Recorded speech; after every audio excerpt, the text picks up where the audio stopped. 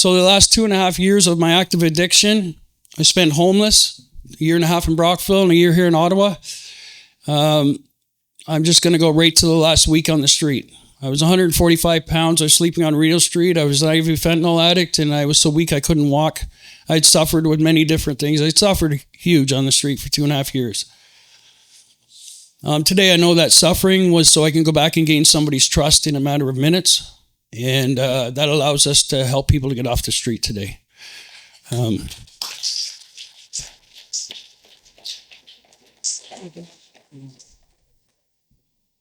I think I'm just going to forget the phone. It just screws me up anyway. So,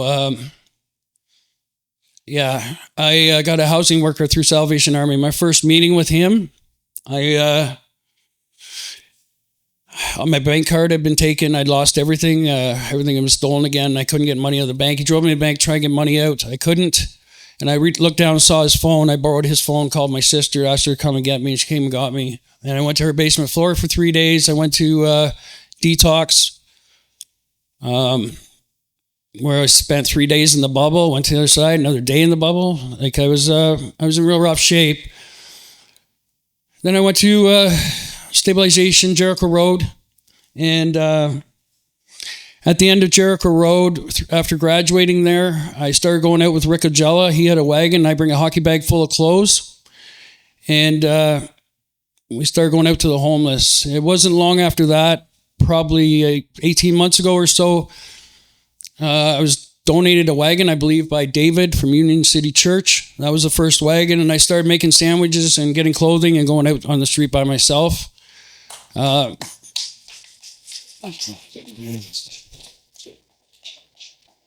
wasn't long after that, people started coming out with me, and last summer we had as many as 27 volunteers coming out. It's surreal most days. I can't believe this is the life I'm living. Like John said about the God thing, I just show up. The results are up to God. I believe in God today. God saved my life. God did all this in order for us to be able to help others. And, today SOS has grown into an organization where we do 4 routes on Rideau a month. We do 2 routes on Bank Street. And those are, we take out 10 wagons, all the clothes and food. And we're handing out SOS cards. But a lot of us are in addiction recovery, and we're talking recovery out there. We had 6 individuals today alone that want recovery. And they were serious. One guy's crying on my shoulder, just got to Ottawa yesterday. And he's like, I'll be calling you because I want the help. And we're there to meet these people. I don't know of any other organizations that has people in recovery going out talking recovery to those on the street and facilitating getting to detox and treatment. And, we do peer-to-peer support meetings at Sandy Hill and Shepherds of Good Hope. They're drop-ins. We recently took a girl from last week from the Shepherds of Good Hope drop-in meeting to Kingston Detox. We're just out there giving hope, and we're planting seeds. The results are up to God. And we just keep showing up. And if you would have told me that this is where I would be 2.5 years sober, I would have told you were crazy, But I can't do this alone. Everyone in this room has had a part to play in what we are doing. Megan and I spoke to 90 nursing students not that long ago.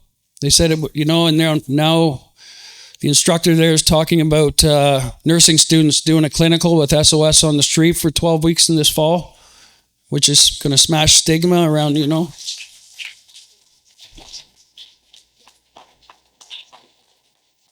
Given the opportunity to speak in many different places, which is helping people to understand addiction and homelessness, where the volunteers that come out to the street, those in recovery, it's helping them in their recovery to stay sober, giving them direction and purpose. And the ones that aren't in recovery, I know it enhances their lives too. It's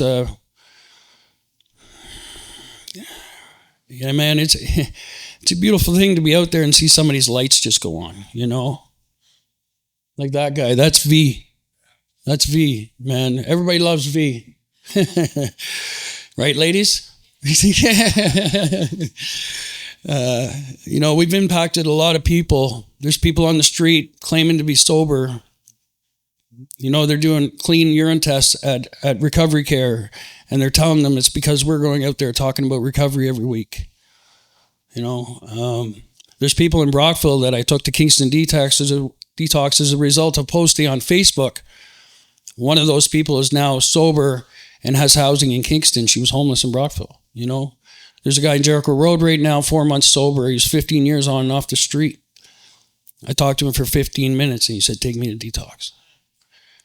But there's no way, if these people go to detox on their own, it's almost impossible for them to get into a treatment or a stabilization before they're kicked back out to the street.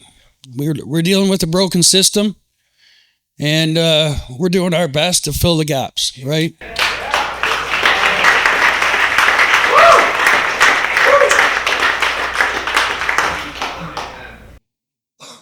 I'm sure there's a whole bunch on my phone that I missed, but that's okay.